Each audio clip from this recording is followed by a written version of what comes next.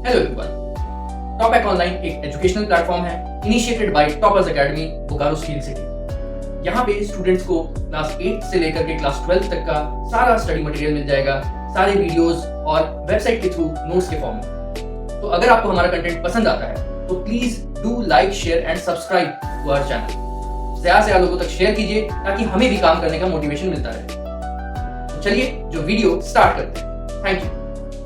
Hello students, चलिए आज हम लोग स्टार्ट करेंगे अपना lecture 2 relations and functions class 12 का। तो जो लास्ट हम लोग पढ़े थे वो था कि रिलेशन क्या होता है। आज हम लोग जो टॉपिक से स्टार्ट करेंगे वो है व्हाट इज अ डोमेन। एक डोमेन क्या होता है, इसको समझने से पहले इसका डेफिनेशन को देखेंगे। देखिए यहाँ पे जो भी मैं लिख रहा हूं वो आपके लिए एक नोट्स की तरह काम करेगा। आप इसको नोट डाउन कीजिए, पॉज कीजिए, पढ़िए, लिखिए और फ्यूचर में रिवाइज कीजिए।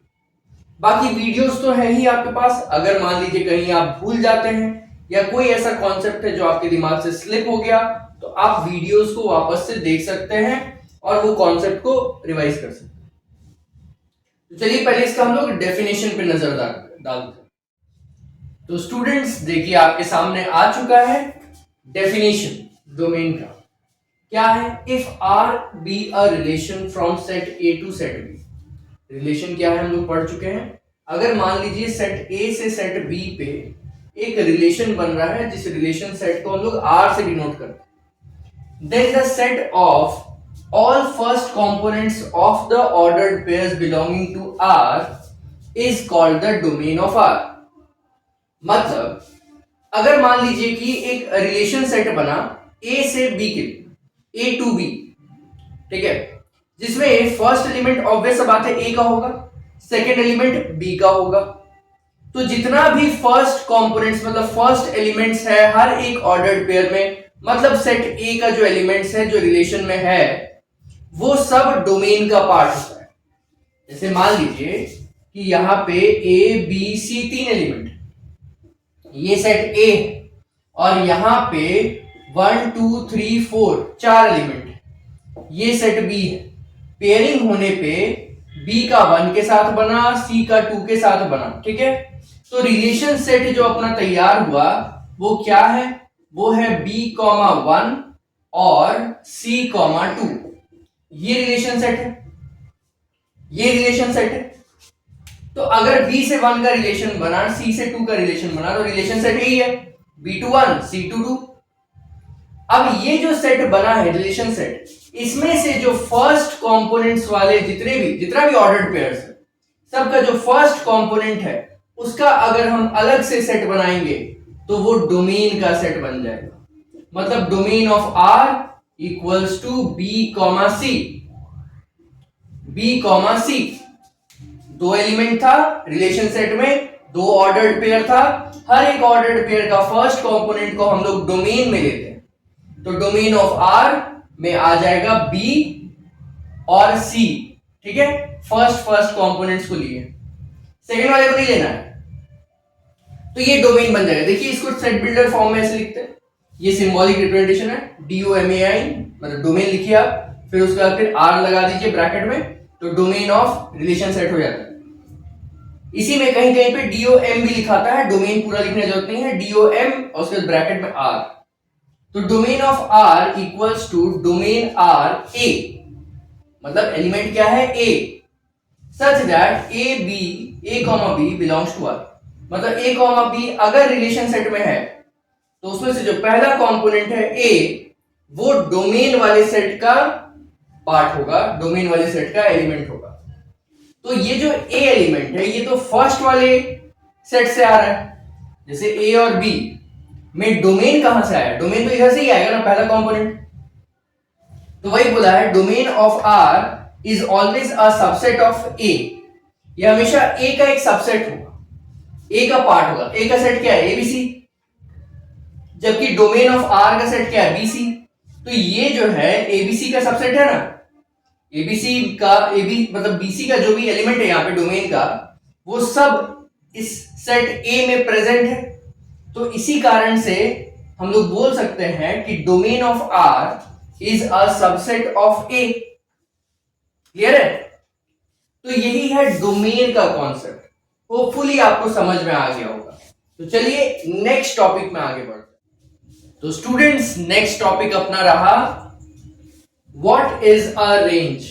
ठीक है, जैसे डोमेन का कॉन्सेप्ट था वैसे ही एक रेंज का भी कॉन्सेप्ट है। डेफिनेशन आपके सामने लिखा हुआ है।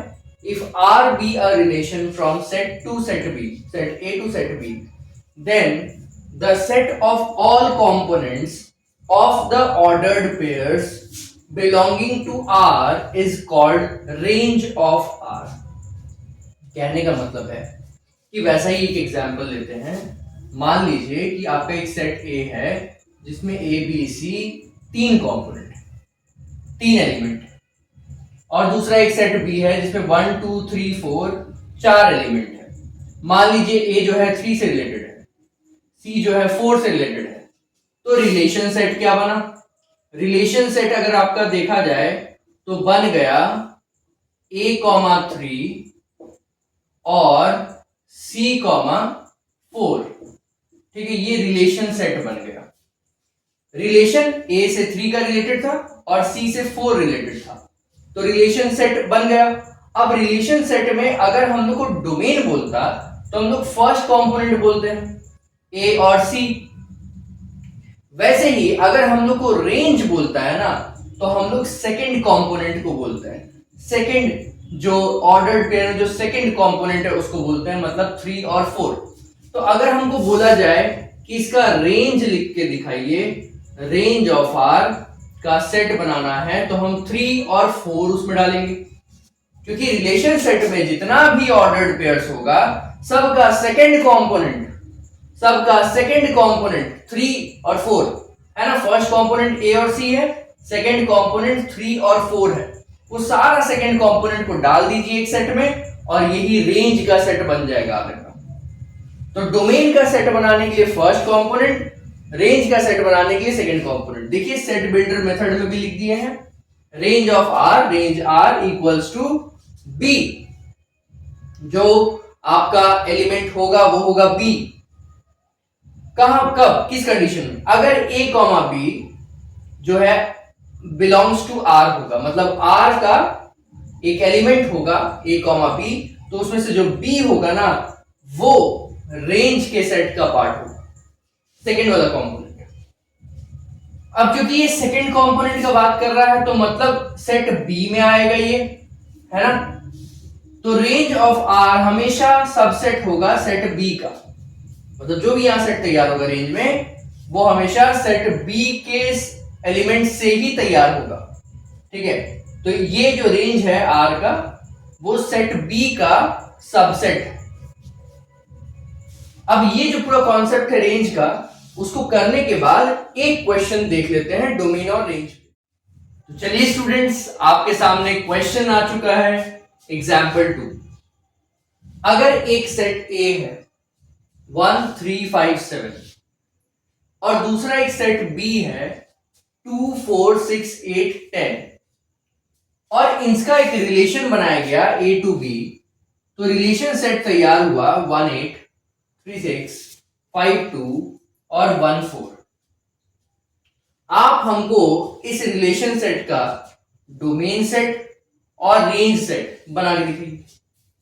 तो देखिए बड़ा आसान सा आंसर है, domain set, domain of R equals to, set open कर लेते हैं और डोमेन में फर्स्ट कंपोनेंट डाला जाता है ना हर एक ऑर्डर्ड पेयर का। तो भाई यहां एक ऑर्डर्ड पेयर है, दूसरा ऑर्डर्ड पेयर है, तीसरा ऑर्डर्ड पेयर है, चौथा ऑर्डर्ड पेयर, सबका फर्स्ट कंपोनेंट तो 1 डालते हैं, फिर इसमें 3 डालते हैं, इसमें 5 डालते हैं, और ये 1 डालने का कोई जरूरत नहीं क्योंकि सेट्स में हम लोग कभी भी एलिमेंट्स को रिपीट नहीं करते, पहले से आप लोग को पता होगा। तो यहां पे 1 3 5 पहले डोमेन बन गया आर का। उसके बाद रेंज बनाते हैं, रेंज में हर एक ऑर्डर्ड पेयर का सेकंड कंपोनेंट लिखा जाता है। तो जैसे ये सेट ओपन हुआ और इसका सेकंड कंपोनेंट लिखते हैं। पहला है 8, 1 के साथ 8 आया, दूसरा आया 6, तीसरा आया 2 और चौथा आया 4। तो ये चारों अलग अलग एलिमेंट्स है, तो इसलिए चारों को लिखेंगे। तो ये रेंज सेट बन गया आर के लिए और ये डोमेन सेट बन गया आर के लिए। ये हो गया आपका आंसर। होपफुली आपको समझ में आ गया होगा। ध्यान से देख लीजिए, एक्सप्लेनेशन दोबारा सुन लीजिए अगर आपको कोई भी डाउट है। चलिए तो हम लोग अपने नेक्स्ट कॉन्सेप्ट में बढ़ते हैं। रेंज के बाद जो अगला कॉन्सेप्ट आता है वो है रिलेशन ऑन अ सेट। तो स्टूडेंट्स चलिए हम लोग अगला टॉपिक करेंगे रिलेशन ऑन अ सेट। अब इसमें देखिए क्या है, डेफिनेशन आपके सामने दिया हुआ है। If A is a non void set, मतलब एम्प्टी नहीं होना चाहिए, then a relation from A to itself such that is A cross A is a relation of set A. ठीक है, मतलब कहने का मतलब बस इतना सा है कि अगर मान लीजिए कि एक सेट ए दिया हुआ है और बोला गया रिलेशन ऑन सेट ए निकालिए, तो आपको दो एलिमेंट रिलेशन का जो आपका सेट बनेगा उसमें तो ऑर्डर्ड पेयर्स बनाना होता है। तो ऑर्डर्ड पेयर्स में दो सेट चाहिए, तो ए और बी तो आपके पास है नहीं, एक ही सेट है ए, तो आप दोनों एलिमेंट ए सेट का ही लेंगे। बस रिलेशन फुलफिल होना चाहिए, जो भी रिलेशन का कंडीशन है वो फुलफिल करते हुए आप सेट ए से ही दो एलिमेंट उठाएंगे और उन दोनों को ऑर्डर्ड पेयर में सजा देंगे, तो आपका एक रिलेशन ऑन अ सेट निकल के आएगा। मतलब उसी सेट पे एक relation on set A, relation on set ए, यहां ऑन होगा। इसको अच्छा से समझने के लिए एक एग्जांपल लेते हैं। मान लीजिए ए सेट है और उसका एलिमेंट जो है ना नेचुरल नंबर, वो भी less than 10, less than equal to 10। तो ए सेट क्या बना, ए सेट अपना बना 1, 2, 3, 4, 5, 6, 7, 8, 9, 10। इसके आगे तो नहीं जाएगा, लेस देन और इक्वल टू 10 है ना, तो लेस देन या इक्वल टू 10 और नेचुरल नंबर हो तो 1 से शुरू होगा। तो ये हो गया आपका सेट ए।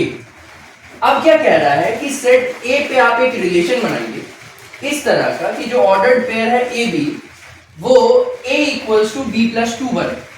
मतलब जो भी आप एलिमेंट उठाएंगे सेट ए से, क्योंकि a भी सेट ए से आएगा और b भी सेट ए से आएगा, दोनों ही a सेट के एलिमेंट्स हैं। b में 2 प्लस करेंगे तो a आएगा। चलिए थोड़ा देखते हैं। अगर हम b को 1 लेते हैं, तो b को अगर हम 1 लेते हैं तो उसमें 2 प्लस करेंगे तो 3 आएगा, तो 3 है यहाँ पे। तो देखिए पहला रिलेशन सेट तैयार करते हैं, रिलेशन सेट तैयार करते हैं। इसमें अगर हम b की जगह 1 ले तो 2 प्लस करने से, b प्लस 2 करने से a आएगा। वहां कंडीशन देखिए, b प्लस 2 करने से a आएगा, तो 1 प्लस 2 करेंगे तो 3 आएगा। 3 है कि नहीं यहाँ पे, है ना, तो 3 हो सकता है। चलिए सेकंड में आते हैं। अगर हम b की जगह 2 ले तो 2 प्लस 2 करेंगे तो 4 आएगा, मतलब a की जगह 4 होना चाहिए, 4 दिख रहा है यहाँ पे, तो चलिए हो सकता है, क्योंकि a का ही दोनों एलिमेंट है, a और b दोनों, तो दोनों ही एलिमेंट a में दिखना चाहिए। अगर कोई नहीं प्रेजेंट होगा तो वो आप पेयर में नहीं ले सकते, क्योंकि कह दिया है वहां पे कंडीशन में, रिलेशन में, कि a जो है वो भी बिलोंग्स टू a है और b जो है वो भी बिलोंग्स टू a। चलिए थर्ड एलिमेंट देखते हैं। 3 लेते हैं अगर b की जगह पे, 3 लेते हैं अगर b की जगह पे, तो प्लस 2 करने से 5 आ रहा है, 5 दिख रहा है, लगा दिए। उसके बाद फिर अगर हम 4 लेते हैं b की जगह पे, तो प्लस 2 करने से 6 आ रहा है, दिख रहा है, लगा दिए। अगर हम 5 लेते हैं b की जगह पे, तो प्लस 2 करने से 7 आ रहा है, लगा दिए, दिख रहा है यहां पे, लगा दिए। अगर हम 6 लेते हैं b की जगह पे, तो प्लस 2 करने से 8 आ रहा है, वो भी लगा दिए। उसके बाद अगर हम 7 लेते हैं b की जगह पे, तो प्लस 2 करने से 9 आता है, दिख रहा है, लगा दिए। अगर हम 8 लेते हैं b की जगह पे, +2 करने पे 10 आएगा, तो यहां दिख रहा है ना सेट ए में 10 लगा दिए। अगर हम 9 लेते हैं बी के जगह पे तो +2 करने से 11 आएगा, 11 तो सेट ए का हिस्सा नहीं है, तो ये कंडीशन तो फुलफिल नहीं हो सकता, क्योंकि ए और बी दोनों ही ए का पार्ट होना चाहिए, ए के अंदर का एलिमेंट होना चाहिए। तो 11 क्योंकि नहीं है तो हम 9 या उससे बड़ा नंबर नहीं ले सकते। चलिए अब हम ए में 1 या 2 ले सकते हैं। ए में अगर हम 1 लेते हैं तो बी कितना हो जाएगा, 1, ये 2 को इधर भेजेंगे तो 1 - 2 -1, तो b -1 हो सकता है क्या, नहीं, b तो इसमें से होना चाहिए, यहां तो -1 नहीं है। अगर हम 2 लेते हैं a की जगह पे तो 2 -2 0, मतलब b 0 होना चाहिए, तो क्या यहां पे 0 है, 0 भी नहीं, तो इसका मतलब 1 और 2 a की जगह पे नहीं आ सकता, यहां नहीं आ सकता, और 9 और 10 b की जगह पे नहीं आ सकता, मतलब यहां नहीं आ सकता। उसके अलावा जो जो कंडीशन है वो यहां पे बन के तैयार हो गया, तो ये आपका बन गया कंप्लीट रिलेशन सेट ऑन ए।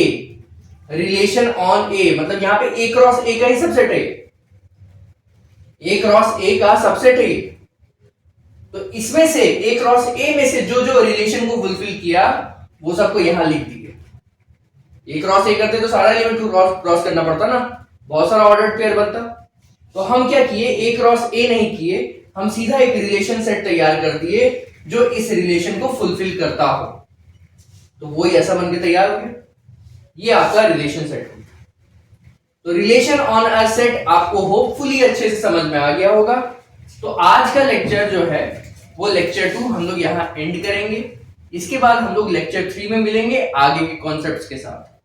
तब तक के लिए थैंक यू, पढ़ते रहिए, आगे बढ़ते रहिए।